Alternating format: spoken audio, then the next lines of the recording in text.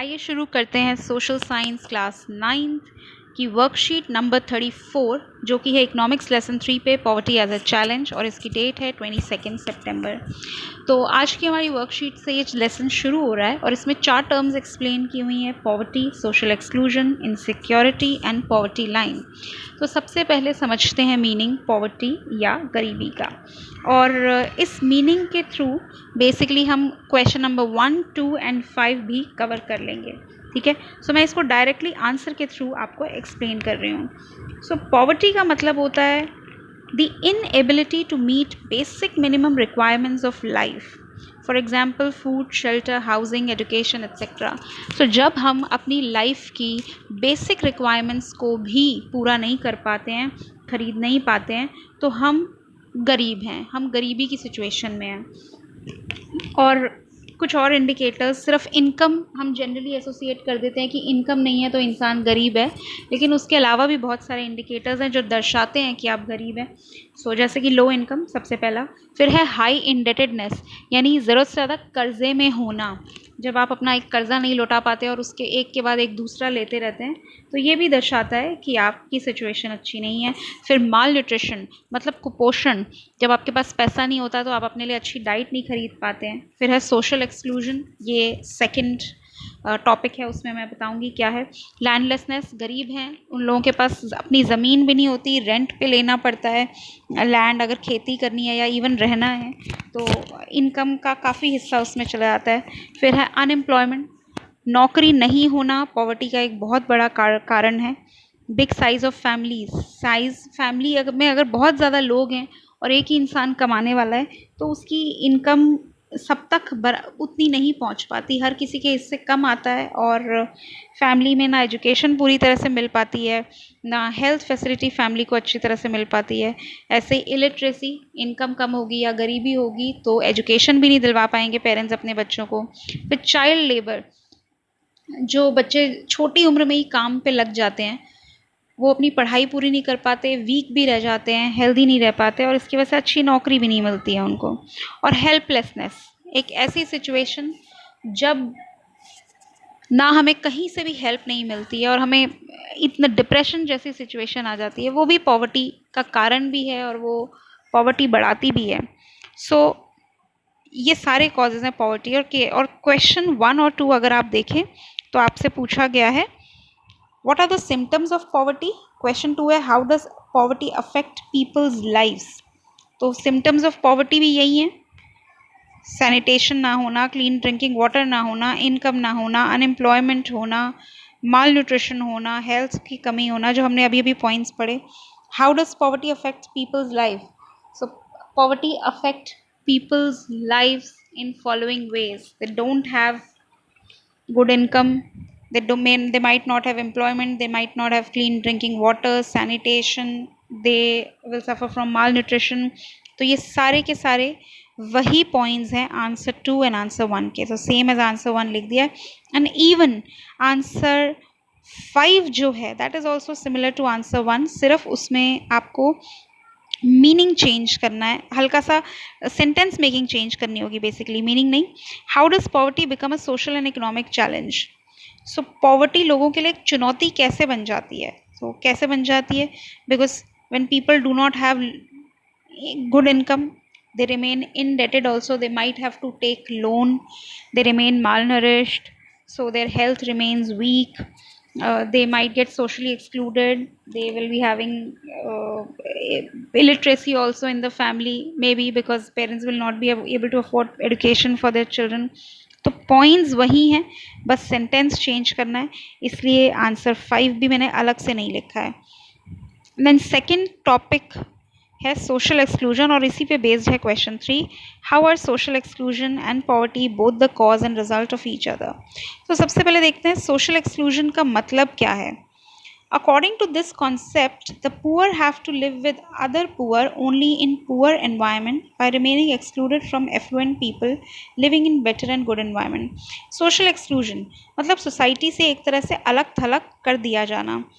तो जब कोई इंसान गरीब हो जाता है, आप देखते हैं वो स्लम एरियाज़ में रहता है, तो वो मेन सोसाइटी से बिल्कुल अलग हो जाता है, अलग जगह पे रह रहा है, वहाँ पे पानी की कमी है, वहाँ पे सैनिटेशन की कमी है, वहाँ पे देखो हर कोई कितना एजुकेटेड नहीं होता, आपको बीमारियाँ भी बहुत मिलेंगी। सोशल एक्सक्लूजन का मतलब है सोसाइटी से सोशली निकाल दिया जाना। कोई धक्के दे के नहीं निकाल रहा, बट बेसिकली आपके पास इनकम ही नहीं है तो आप वो हाई सोसाइटी एरियाज़ में नहीं रह सकते, आपको वहाँ स्लम एरियाज़ में जाके रहना पड़ता है। तो आपके पास वो कोई भी फैसिलिटीज़ नहीं होती जो सोसाइटी के बाकी तबके के पास है, लोगों के पास है जिनके पास पैसा है।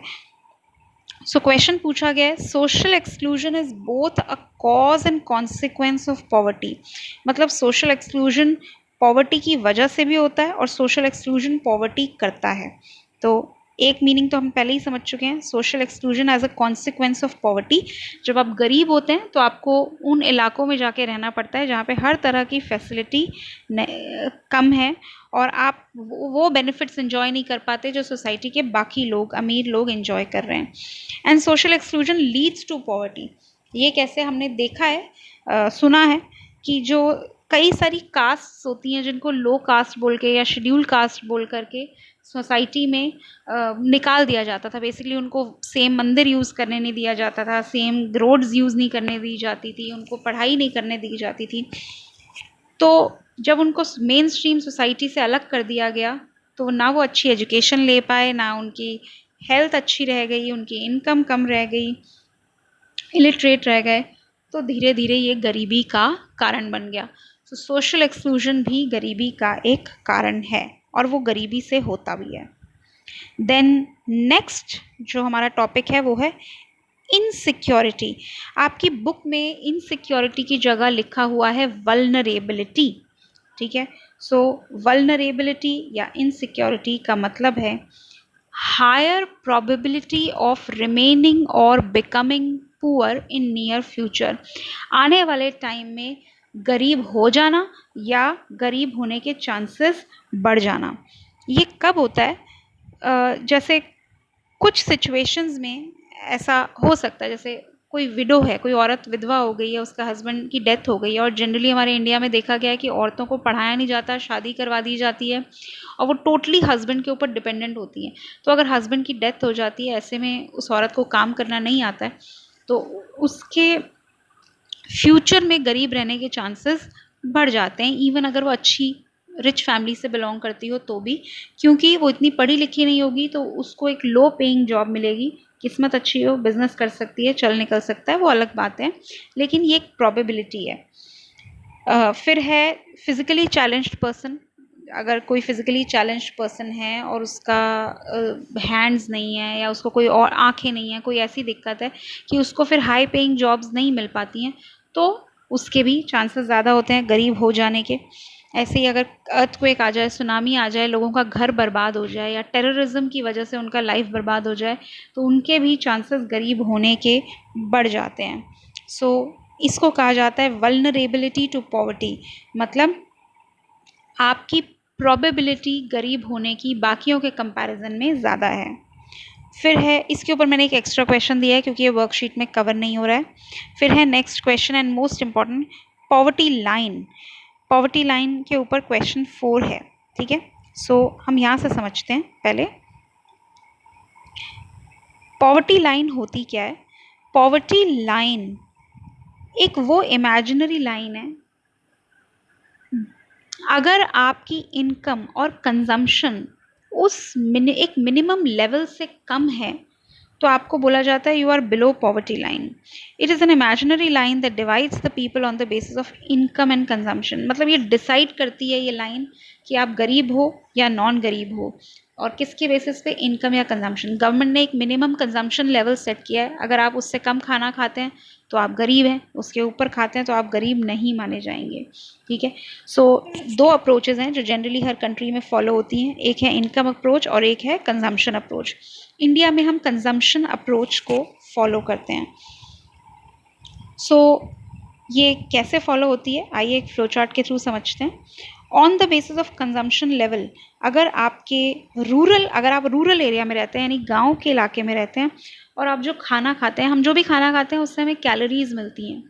सो अगर आपको मिलने वाली कैलोरीज 2400 कैलोरीज से कम है एक दिन में, 24 कैलोरीज पर पर्सन पर डे, अगर आपको इससे कम कैलोरी मिल रही है और अगर आप रूरल एरिया में रहते हैं तो आप पॉवर्टी लाइन के नीचे हैं, और अगर आप शहरी इलाके में रह रहे हैं और आपको 2100 कैलोरीज एक दिन में मिल रही हैं तो आप गरीबी रेखा के ऊपर हैं।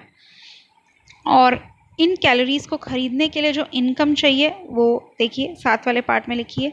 अगर आप रूरल एरिया में रह रहे हैं और 816 रुपये कमाते हैं महीने के, एक दिन के नहीं, तो आप मान लिए जाएंगे कि आप गरीब नहीं हैं, और 816 से नीचे कमाते हैं तो गरीब हैं। ऐसे ही अगर आप अर्बन एरिया में रहते हैं, कम से कम 1000 रुपये कमा रहे हैं, तो आप गरीब नहीं माने जाएंगे।